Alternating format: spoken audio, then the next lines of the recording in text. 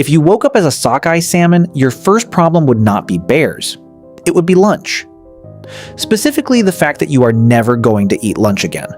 Not because you can't find food, because your body has decided on your behalf that eating is over. You have a one-way trip to make and your stomach is not invited. This is not a bad day for a salmon. This is the plan.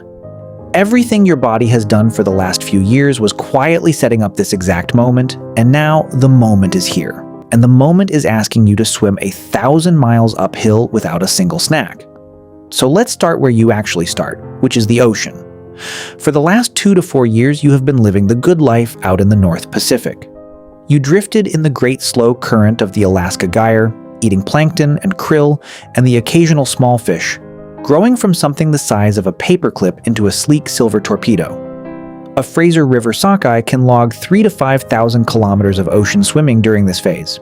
In human terms, that's like walking across an entire country and back, except the country is water and everything in it wants to eat you, but you were not built to retire out there.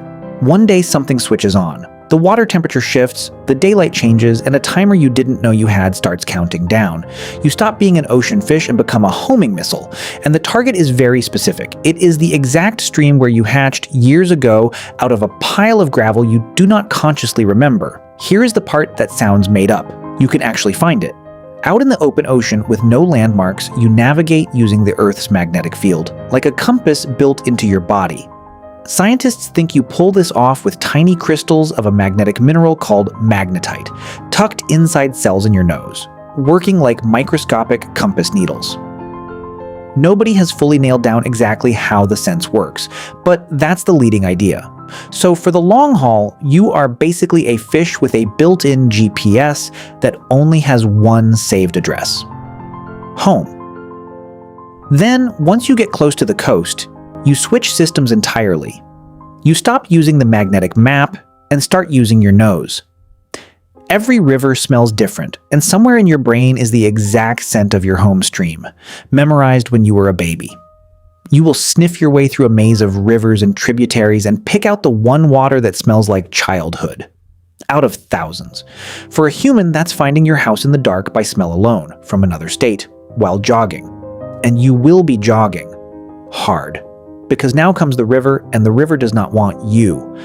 The ocean was flat and generous. The river is a treadmill running at full speed in the wrong direction. Every meter you gain, the current is trying to take back. You will climb. Sockeye from central Idaho travel about 900 miles inland and gain nearly 7,000 feet of elevation before they're done. That is not a swim. That is a mountain, and you are climbing it in water using only your body on an empty stomach. On a good stretch, you might cover more than 30 miles in a single day against the current. Imagine running an ultra-marathon uphill, then doing it again tomorrow, then again, and never once stopping to eat. That's your commute now. Remember, you have quit eating. You are what biologists call a capital breeder, which is a polite way of saying you packed one lunch for the entire rest of your life and you ate it before the trip started. Every flick of your tail is spending savings you cannot refill. The muscle powering you upstream is, in a very literal sense, being burned as fuel. You are the boat, and you are also the gasoline. There will be waterfalls, actual waterfalls, walls of water pouring down at you, and your plan for dealing with them is to leap. You hurl your whole body up and out and hope you clear the top. Sometimes you make it. Sometimes you smack the rock and slide back down and line up to try again. Above you, a bear may be standing in the exact spot you're aiming for, treating your heroic leap as a home food delivery. Eagles watch from the trees. Ospreys watch from the sky. You are the most determined creature in the river, and also, to nearly everyone else there, you are groceries. While all of this is happening, your body is doing something genuinely strange. It's changing color. That sleek ocean silver drains away, and you turn a deep, blazing red, with a green head. If you're male, your back hunches into a hump and your jaw curls into a wicked hook lined with teeth. It looks dramatic and fierce. It is also partly your body falling apart in real time. Building all that spawning gear and running your engine on empty is chewing through you from the inside. And here's the twist about all that effort. You are not going to survive it. Sockeye are semelparous, which means one shot at reproduction, and then that's the end of the line. There is no return trip planned because your body never budgeted for one. You spend everything getting home, and getting home is the last thing you do. But first, if you make it, there's the actual reason for all this. If you're female, you turn sideways and beat your tail against the gravel to dig a nest, called a redd, a shallow pit in the riverbed. Into it, you'll release your eggs, a few thousand of them, while a male crowds in beside you to fertilize them. Then you cover them with gravel, and, if you have anything left, you dig another nest and do it again. You will guard that patch of rock with the last of your strength, chasing off anyone who comes near, running on fumes that ran out a while ago. And then your body simply stops keeping you alive. But it doesn't always stop all at once. Some sockeye keep drifting for days or even weeks afterward, fins fraying, skin going pale and patchy, still twitching upstream out of pure instinct. Fishermen have a nickname for salmon in this state: zombie salmon. Your body finished its one job and just hasn't gotten the message to shut down yet. Now, here is what most people picture when they think about salmon: a gleaming silver fish leaping a waterfall in golden light, the poster on a lodge wall, nature. At its most heroic and free. And that image isn't wrong, exactly. It's just the trailer. It skips the part where the hero has stopped eating, is digesting its own muscle, has turned red because it's slowly coming apart, is being hunted by everything with teeth, and is sprinting uphill toward a finish line that is also a funeral. The leap on the poster is real.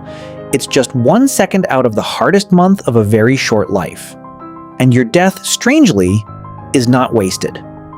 When your body finally gives out in that stream, you become food for the forest.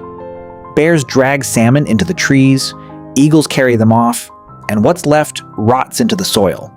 Studies along salmon rivers have found that decaying salmon supply as much as a quarter of the nitrogen in the plants growing along the banks. Something like 137 species have been counted feeding off this one event.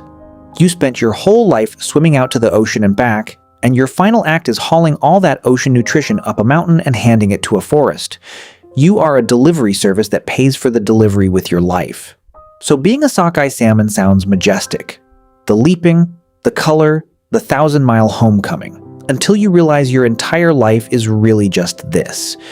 You spend years fattening up in the ocean so that one day you can quit eating forever, sniff your way to a childhood you don't remember, swim a mountain in the wrong direction while your own body eats itself, turn bright red because you're falling apart, and finally throw the last of yourself into a pile of gravel. Nature calls it the miracle of the salmon run. You would probably just call it the worst commute in the animal kingdom, and you'd only get to complain about it once.